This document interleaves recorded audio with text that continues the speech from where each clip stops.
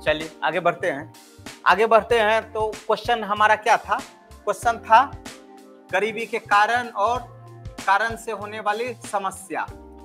गरीबी नहीं था, बेरोजगारी था। दोनों मिलता जुलता है, ठीक है। अरे बेरोजगार रहेगा तो गरीब बनिए जाएगा। गरीब हुआ इसलिए कि वो बेरोजगार था,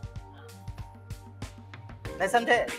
ठीक है, तो कारण में हम पूरा का पूरा डिटेल कल दिए हैं और इस बेरोजगारी से समस्या क्या है तो तुम लोग को कल पूरा डिटेल हम दिए, ठीक है।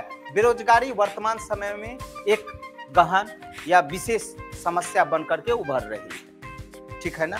और समस्या होने के साथ ही साथ वर्तमान समय में ऐसी प्रवृत्ति आ गई है कि जिससे भ्रष्टाचार हो गया है, कुंठित हो गए हैं, ठीक है ना, या नशीली पदार्थों का सेवन करने लगे हैं। जब हम लोगों ने इनका गहन अध्ययन अवलोकन किया तो पता चला कि इनके पीछे समस्या से यदि समाधान खोजेंगे तो समाधान जानने से पहले हम कारण पे आ जाएंगे।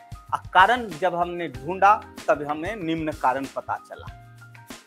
समझ में आया? कोई जरूरी नहीं है, जब भी हम क्या बोले हैं, लेखन शैली जब भी लिखो तो दो तरीके का फिल्म स्टाइल अपना लो। एक या तो साउथ का फिल्म अपना लो, साउथ का फिल्म, एक तो तुम्हारा हिंदी फिल्म है। ये है हिंदी फिल्म का कहानी क्या होता है कि जैसे क्वेश्चन दिया है वैसे ही लिखना स्टार्ट करेगा। कि कारण मतलब पहले कारण लिख दिया, फिर क्या लिख दिया, समस्या लिखा, ठीक है ना। साउथ के फिल्म में क्या होता है, फिल्म स्टार्ट हो जाता है, आधा इंटरवल हो जाएगा तब कहेगा 20 साल पहले, ठीक है ना। तो हम लोग क्या किए, यहाँ समस्या से स्टार्ट किए, कारण पे गए। और हिंदी वाला फिल्म में कारण से हम लोग कहाँ गए, समस्या। तो लेखन शैली तुम किसी भी स्टाइल में कर सकते हो, लेकिन कनेक्शन होना चाहिए, कनेक्शन होना चाहिए, नहीं समझे? अब कनेक्शन है ये नहीं है किसी में, तब पता चलेगा एक बात यहाँ है एक बात वहां। चलिए आगे बढ़ते हैं और आगे हमारा नेक्स्ट सवाल है, कारण देख लिए थे, कारण के बाद समस्या देख लिए थे, समस्या के बाद जो है समाधान करेंगे तो उसी समस्या को हम लोग समाधान की ओर निकाल देंगे, ठीक है। क्या था, प्रकार कितना था, तो वो सभी चीज हम लोग देख लिए थे। अभी वर्तमान समय में कैसा युग चल रहा है, उदारीकरण और वैश्वीकरण का युग चल रहा है, LPG, liberalisation, privatisation and globalisation. अब इस एलपीजी के दौर में, ठीक है ना, उदारीकरण और वैश्वीकरण, उदारीकरण और वैश्वीकरण, या इसको हम लोग बोल सकते हैं निजीकरण के युग में इसका क्या प्रभाव पड़ा है तो बेरोजगारी में। तो इम्पोर्टेंट ये प्रभाव पड़ा है कि सबसे पहले तो रोजगार सृजन अब ज्यादा हो रहा है। तुमको भले देखने में नहीं लग रहा है, रोजगार सृजन अब ज्यादा हो रहा है तुलनात्मक पहले के, ठीक है। अब यदि पॉपुलेशन बढ़ गया है तो पॉपुलेशन बढ़ा है तो जनरेट भी तो हो रहा है ना, जैसा काम हो रहा है, कैसा नया नया काम हो रहा है। अभी मान लो कि अभी एक लड़की लिखी है, सपोज करो, अभी वैश्वीकरण का युग चल रहा है, अब ऑनलाइन खाना से लेकर के राशन तक जो है ऑनलाइन हो रहा है, नहीं हो रहा है? ऑनलाइन राशन से लेकर के मतलब टोटल चीज ऑनलाइन को ये कर दिया। तो ऑनलाइन में जो है पहुंचाएगा कोई भी तो आदमी, मेडिएटर चाहिए ना। हम मान लो कि एक ऑनलाइन सेंटर खोले, हमको सामान भेजना है जो है अमित के घर में, तो अमित के घर में कौन, कोई तो आदमी पहुंचाएगा, ठीक है। तो बीच में मीडिएटर का काम किया तो उसको काम मिला कि नहीं? तो रोजगार सृजन अब कुछ ज्यादा हो गया है। इसी रोजगार के साथ नीचे का पॉइंट देखो, स्वरोजगार के माध्यम से रोजगार, ये रोजगार सृजन के बाद नीचे का पॉइंट देखिए क्या है, स्वरोजगार के माध्यम से रोजगार। स्वरोजगार मतलब यदि हम अपना कोई बिजनेस कर रहे हैं, ठीक है, हम अपना बिजनेस कर रहे हैं तो अभी देखो 10 लाख रुपया आपको लोन मिलेगा उद्यमी योजना के तहत। अब महिला है तो घर का कोई मतलब एक इंटरनली कोई वर्क इंडस्ट्री एस्टेब्लिश कर रहे हैं तो आपको 10 लाख रुपया तक का क्या मिलेगा, लोन मिलेगा। लोन लेकर के इसका मतलब आपने क्या स्टार्ट किया, स्वरोजगार, ठीक है। आप अपना बिजनेस स्टार्ट किए और इसी के अलावा आपने 10 लोगों को क्या दे दिया, 10 लोगों को रोजगार दे दिया। तो कल हम तुमको बताए थे ना कि वर्तमान समय में कोई 15 लाख 20 लाख लगा करके यदि नौकरी करता है तो हम समझते हैं दुनिया का सबसे मूर्ख आदमी। उतना में अपना दिमाग लगा करके जो है क्या करो, एक नया इंडस्ट्री एस्टेब्लिश करो। ठीक है, स्वरोजगार के माध्यम से रोजगार, ये हो गया, बोलो ना, है ना? ठीक है, तो ये कब हुआ है? तो जब सुविधा मिल रहा है तब ना। लेकिन इसमें भी समस्या है, आगे बताएंगे। बोल तो दिया है सरकार 10 लाख लोन देंगे, उसमें भी दे दिया है महिला को, महिला में भी दे दिया है कि कैटेगरी महिला को देंगे, मान लो ST SC को देंगे। तो तुमको महिला को प्रमोट करना है तो सब जगह करो, सब महिला को करो, नहीं समझे? अब क्या करता है, जानबूझ करके देखो, एक गांव में जाओगे, जैसे मान लो मेरे गांव में जाइए, अब मान लो हमको जानकारी, और तुम छोटा कैटेगरी का व्यक्ति, तुमको इस जानकारी नहीं, हमको तो लोन मिलेगा नहीं। तो हमने इसको क्या बोला कि देखो तुम कागज पत्र दे दो, ठीक है, और तुम्हारे नाम से हम कोई एक बिजनेस कर लेते हैं, इसके नाम से पैसा उठा लिए, काम आ गया मेरे पास, हम काम कर रहे हैं, बदले में इसको क्या मिल रहा? ज्यादा से ज्यादा हम क्या किए इसको, तो मंथली बेसिस पे रख लिए है ना। परसेंटेज उसको जानेगा तब ना, तो उसको कहेंगे कि 20,000 रुपया तुमको महीना देंगे, खाली आधार कार्ड पैन कार्ड दे दो, जहां साइन कराएंगे करा लेना। ठीक है, उसको थोड़ा पता है, अब बैंक से सेटिंग होता है। ठीक है, तो जिसके पास दिमाग है ना, या कभी कभी सुनता होगा जिसके पास पैसा है उसी के पास पैसा आता है, तो बुद्धि लगा लेता है पैसा के लिए, ये गलत बुद्धि लगा लेता है। ठीक है, कभी भी जिंदगी में पैन कार्ड आधार कार्ड ये सभी किसी को दूसरे को मत दीजिएगा। पैन कार्ड आधार कार्ड ये सभी अभी बैंकिंग सेक्टर में आएंगे तब बताएंगे। पैन आधार किसी और का, लोन किसी और के नाम से चल रहा है, तगादा किसी और के यहाँ हो रहा है। चलो, तो स्वरोजगार के माध्यम से रोजगार हो गया। अभी हम लोग क्या है बाबू, फ्री ट्रेड है, मुक्त व्यापार है, अभी हम लोग फ्री ट्रेड अपना रहे हैं ना। अब मान लो कि वैश्वीकरण का ही प्रभाव है ना, कि जापान के लोग भी आकर के भारत में क्या कर रहे हैं, इंडस्ट्री एस्टेब्लिश कर रहे हैं। पहले क्या था, कुछ ना कुछ पाबंदी था, तो ये पाबंदी के कारण लोग विदेशी सब आते नहीं थे। अब क्या है, फ्री ट्रेड है, तो फ्री ट्रेड जैसे ही हुआ, अच्छा बोलो बाबू, जापान का कंपनी आया, या मान लो कि ब्रिटेन का कंपनी आया, तो ब्रिटेन का कंपनी आया तो ब्रिटेन से आदमी लेकर के आएगा, यही का ना आदमी रहेगा। तो आदमी यहाँ का रहेगा तो रोजगार किसको मिला, यहाँ के आदमी को मिला। हमारे पास कच्चा माल था, अच्छा यहाँ इंडस्ट्री एस्टेब्लिश किया, तो कच्चा माल कहाँ, ब्रिटेन से लेके आएगा, तो कच्चा माल हमसे लिया, तो मतलब हमारा सामान भी बिक गया, हमारे व्यक्ति को रोजगार भी मिल गया। ये फ्री ट्रेड का असर है। बात समझ में आया? अब फ्री ट्रेड में भी अब क्या है, प्राइवेटाइजेशन है, निजीकरण है। तो निजीकरण है तो अब ज्यादा से ज्यादा लोग क्या चाहते हैं, हम इन्वेस्टमेंट करें। बात समझ में आया ना? तो ये क्या आ गया, मुक्त व्यापार और निवेश में वृद्धि हुआ, तो ये किसका असर है, ग्लोबलाइजेशन का। क्लियर है? चल नेक्स्ट, निर्माण विनिर्माण प्रसंस्करण क्षेत्र। निर्माण विनिर्माण मतलब समझ गए बाबू, क्या समझे? आपको इकोनॉमिक्स में जो पहला पार्ट हम लोग प्राइमरी टर्सरी और सेकेंडरी में बताए थे, निर्माण और विनिर्माण। ई है साइकिल का पहिया, ई है साइकिल का हैंडल, ठीक है, ये है साइकिल का घंटी, ई है साइकिल का सीट, ये कल पुर्जा अलग अलग बना, तो ये क्या हो गया, मैन्युफैक्चरिंग, है ना। इसको हम लोग क्या बोले, निर्माण। क्या बोले, निर्माण। अब ये साइकिल का पहिया यहाँ लगा दिए, इसमें एक डंटा जोड़ दिए, सीट बैठा दिए, यहाँ घंटी लगा दिए, ये हमारा बन गया एक साइकिल। क्या बन गया, साइकिल। इसको बोलेंगे मैन्युफैक्चरिंग, रीमैन्युफैक्चरिंग। बात समझ में आया? मतलब पहले से सामान मेरा निर्मित था, उस निर्मित से हम लोगों ने एक नया चीज बना दिया। नहीं समझे? दिमाग में सेट हुआ?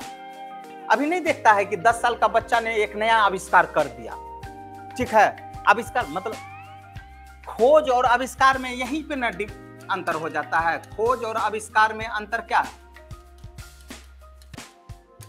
मतलब ये खोजे हम, मान लो कि कोई एलिमेंट हम खोजे, ये चांदी खोजे या सोना खोजे, ये खोज हो गया कि पहले हमारे पास सोना नहीं था, अब सोना हम खोज लिए, सोना का क्या मिला, स्टोन मिला, ठीक है, पत्थर मिला, और वो पत्थर से हम लोगों ने क्या बनाया, कान का झुमका, है ना, कान का बाली, है ना, नाक का नथनी, ये सभी चीज हम बनाए।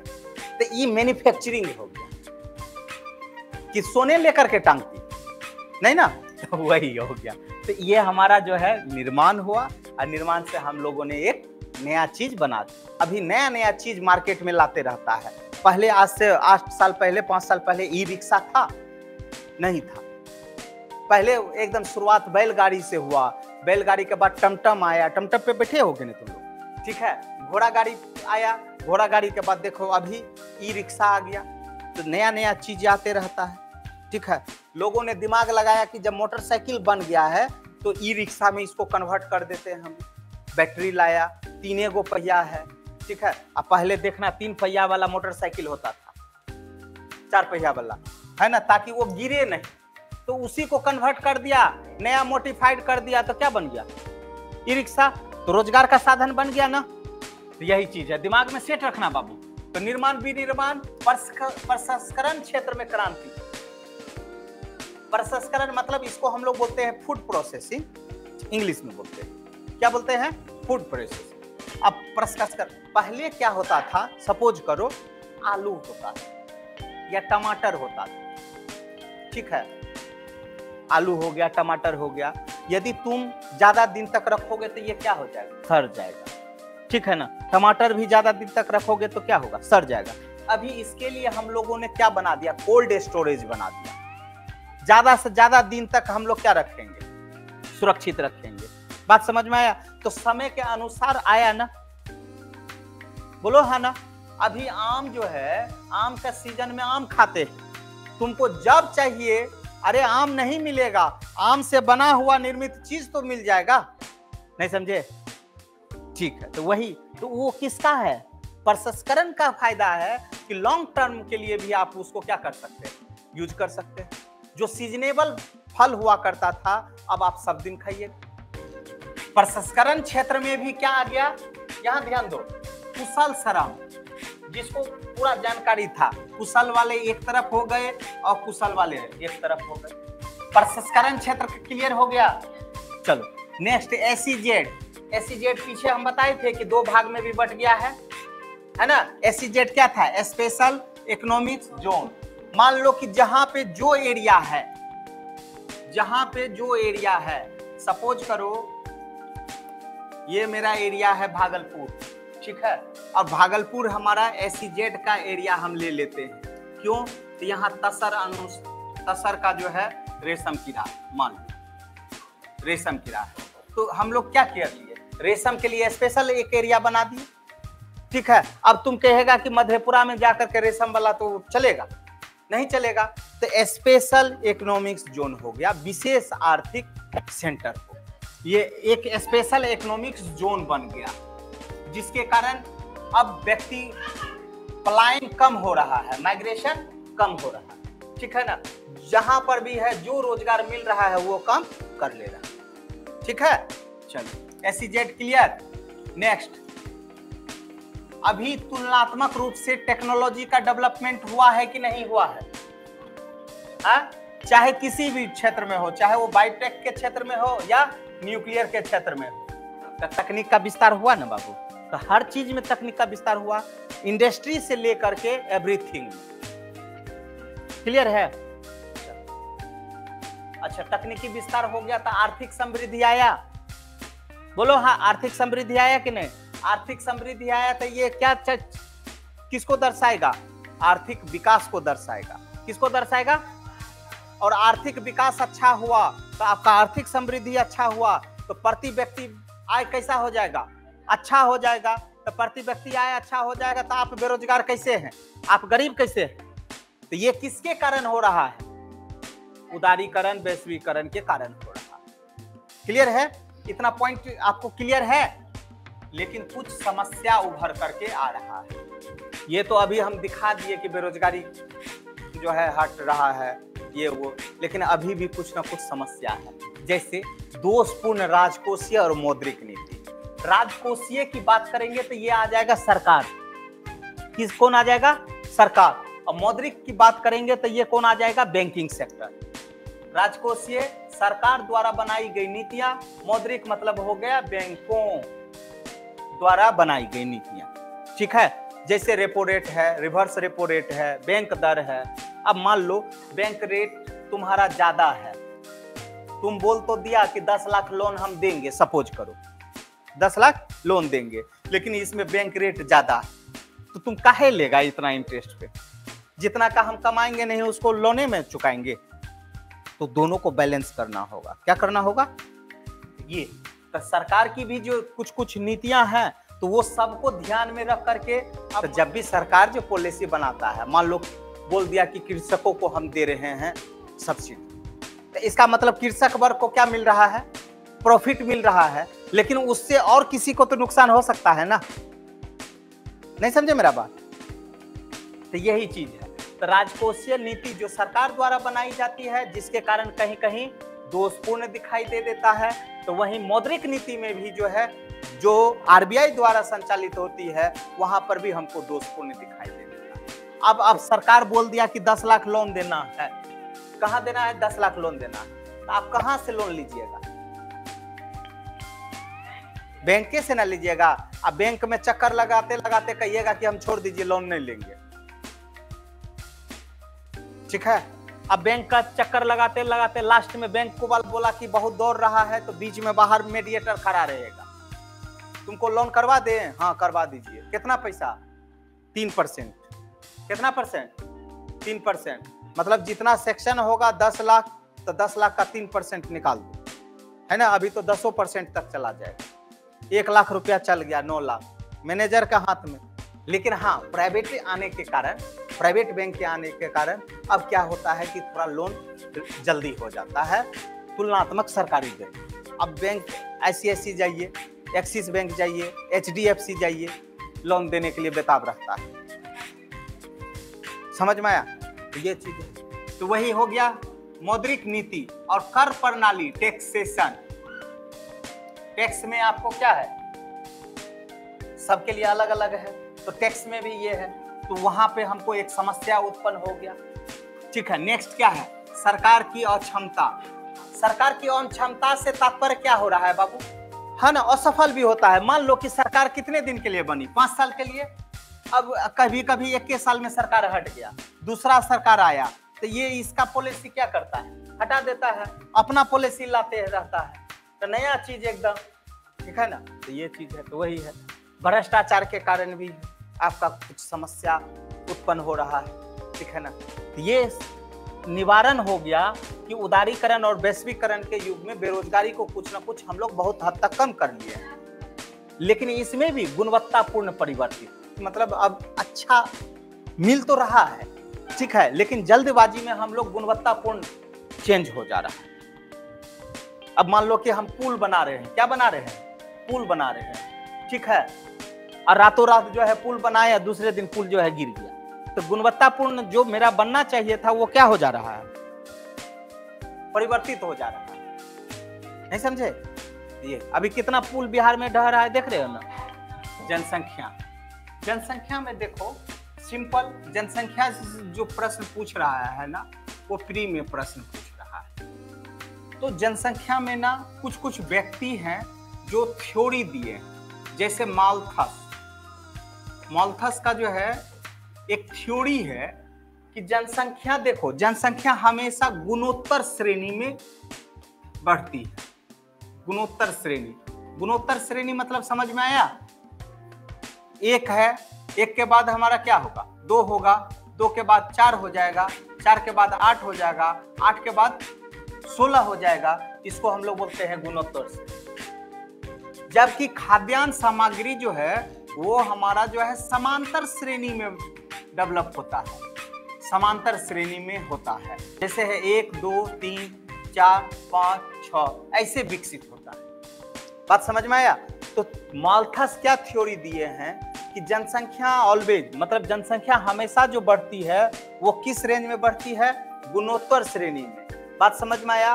और ऐसा प्रत्येक 25 वर्ष में होता है, ऐसा प्रत्येक 25 वर्ष में होता है। मान लो कि अभी यदि जनसंख्या 1 करोड़ है, 25 वर्ष बाद क्या हो जाएगा, है ना, डबल कर दीजिए तो 1 का 2 करोड़।